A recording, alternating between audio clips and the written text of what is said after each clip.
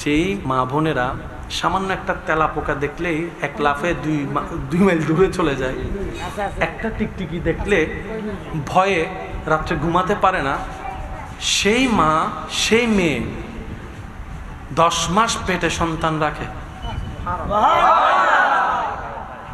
একটু যদি আমি বুঝাতে পারতাম কথাটা, ভয়ের লেভেল যাদের এতটুক, সে জানে তেলাপোকা তাকে খেতে পারবে না, তারপরে সে তেলাপোকা দেখতে ভয় পায়, ঘিন লাগে। সেই মা, আপনার মা, আমার মা, আমাদের মা, আমাদের সন্তানের মা 9-10 মাস কষ্ট সহ্য করে পেটের মধ্যে বাচ্চা রাখছে তো রাখছে, ঠিক মতো ঘুমাতে পারে নাই, ঠিক মতো বাথরুমে যেতে পারে নাই, ঠিক মতো গোসল করতে পারে নাই, ঠিক মতো খাইতে পারে নাই, খাবার ভালো ভালো খাবারও গ্রান লাগলে বমি চলে আসতো। এমন যন্ত্রণাদায়ক কষ্ট প্রত্যেকটা দিন সহ্য করেছে, কখনো বিরক্ত হয় নাই, অ্যাবর্শন করে সন্তান নষ্ট করে নাই, আমাকে নষ্ট করে দেয় নাই আমার মা, আপনাকে নষ্ট করে নাই আপনার মা। শুধু তাই নয়, একটা গিরা ফুটবল খেলতে গিয়ে উল্টে গেলে গিরা বসাইতে যে কি কষ্ট, যাদের হয়েছে তারা একটু আওয়াজ দেন না। গিরা যদি সামান্য একটু উল্টায় যায়, একটু লড়ে যায়, এই গিরা বসাইতে গেলে যে 14 গোষ্ঠী একদম এক জায়গায় চিল্লাই করে ফেলি আপনি আমি, আওয়াজে আওয়াজে গলা ফেটে যায় এই গিরা বসাইতে গিয়ে।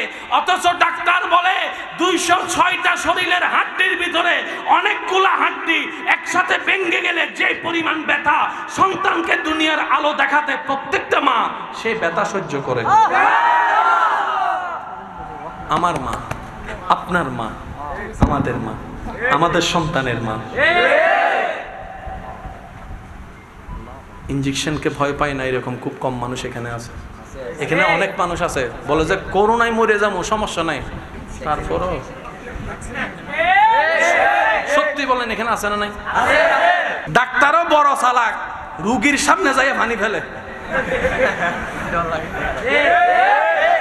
এমনি তার অবস্থা কাইল। আচ্ছা, ইনজেকশনে কি কোনো মানুষ মারা যায়?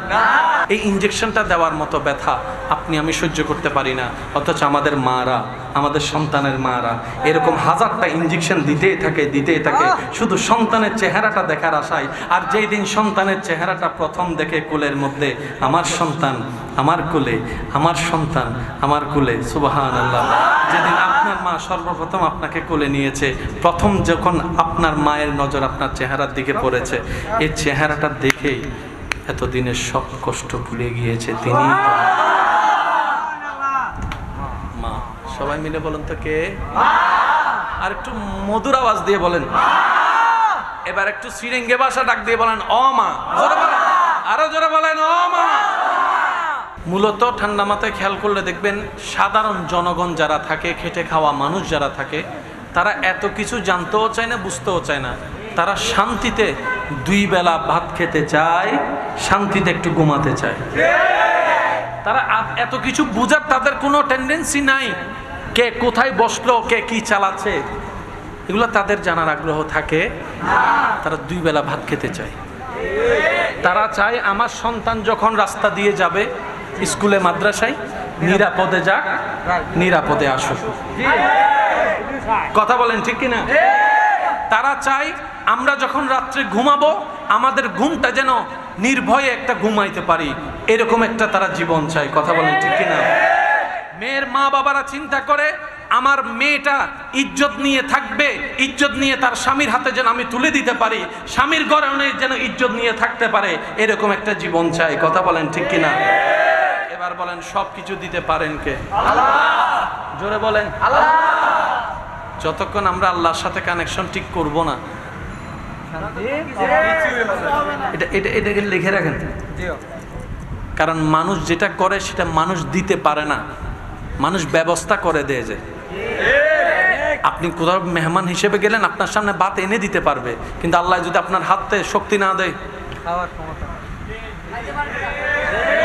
আল্লাহ যদি আপনার জিহ্বা থেকে 3 সেকেন্ডের জন্য স্বাদ তুলে ফেলে, কোথায় কোনটা রেস্টুরেন্টের খাবার আর কোনটা ঘরের খাবার, আর আল্লাহ যদি আপনার কণ্ঠনালীর মধ্যে একটু ব্যারিকেড লাগাই দেয়,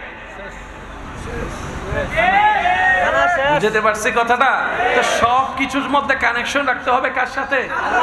আরো জোরে বলেন, কার সাথে? সকাল দুপুর বিকাল সন্ধ্যার প্রত্যেকটা সেকেন্ডের বিষয়ে কানেকশন রাখতে হবে কার সাথে? ইন্টারনাল এক্সটার্নাল সব বিষয়ে কানেকশন রাখতে হবে কার সাথে? ভিতরগত বাহিরগত, ব্যবসায়ী চাকরিজীবী, দেশের পড়ালেখা, এই সেই সব বিষয়ে কানেকশন রাখতে হবে কার সাথে? ওই বান্দার সাথে রবের ডিসকানেকশন ওয়ালা সম্পর্ককে আল্লাহ জোড়া লাগাই দেওয়ার জন্য দরাতে যাকে পাঠিয়েছেন উসিলা করে তিনিই নবী রাহমাতুল লিল আলামিন। মনে থাকবে ইনশাআল্লাহ। আমাদের যদি শান্তি দরকার হয় আগে কানেকশন জোড়া লাগাইতে হবে, না হয় ওয়াইফাই আসবে না। বুঝি ফেলে এই বলছনে, কারণ এখন ওয়াইফাই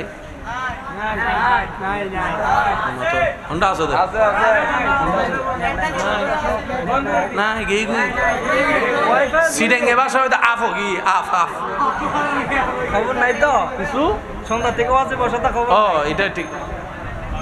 আল্লাহর সাথে কানেকশনটা হলে আসতে থাকবে। সুবহানাল্লাহ জোরে বলে সুবহানাল্লাহ। মাফি কলবি গায়রুল্লাহ হাসবি রাব্বি জাল্লাল্লাহ। মাফি কলবি গায়রুল্লাহ নূর মুহাম্মদ সাল্লাল্লাহ।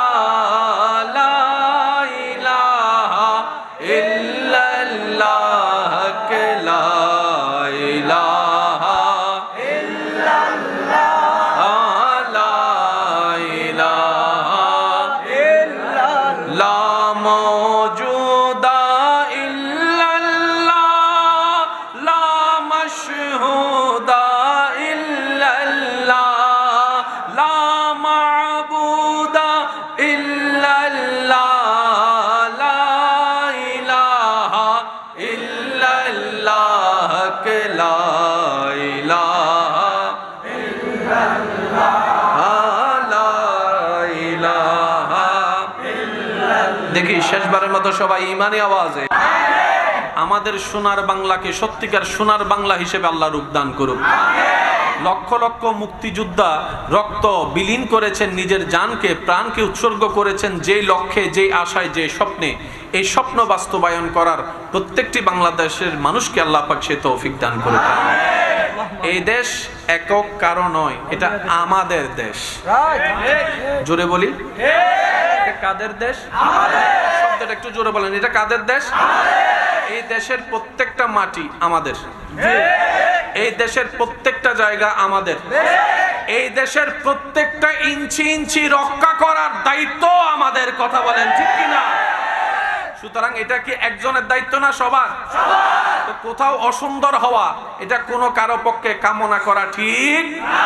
দেশের সার্বভৌমত্ব রক্ষা করা, সৌন্দর্য রক্ষা করা, পরিবেশ শৃঙ্খলা রক্ষা করা আমাদের সকলের জিম্মেদারি, দায়িত্ব আছে না নাই?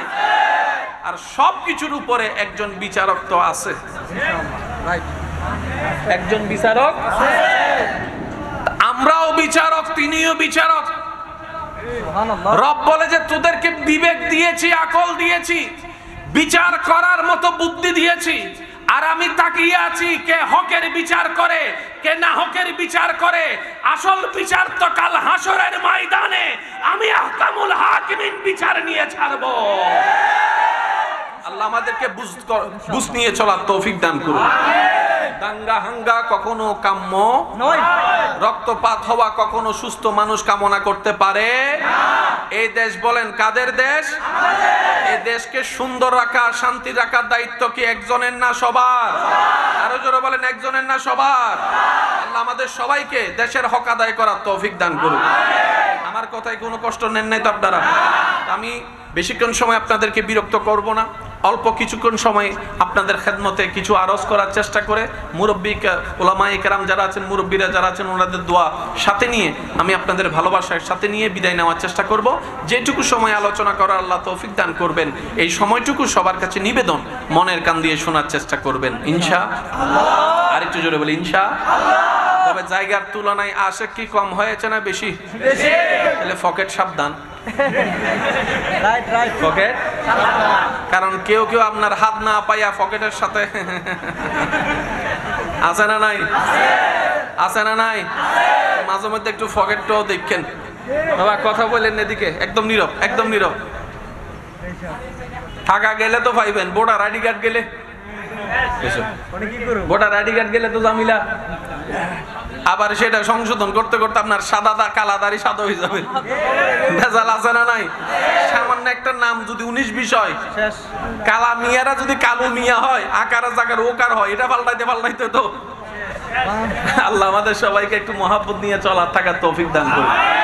আমি সবার মুখে একটা গর্জন শুনতে চাই রবের নামে, দেখি বলেন তো সুবহানাল্লাহ, মাশাআল্লাহ। আর একটু জোরে বলেন, এবার বলেন আলহামদুলিল্লাহ, এবার বলেন লা ইলাহা ইল্লাল্লাহ।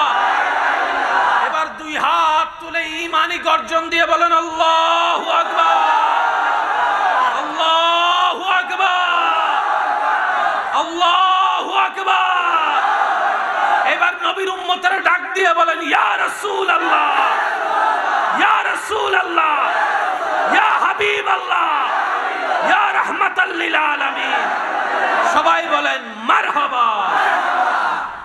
কষ্ট হচ্ছে না তো কোনো? এবার মনোযোগ। আল্লাহ আমাদেরকে একটা কিতাব দিয়েছেন, নাম কোরআন। সুবহানাল্লাহ।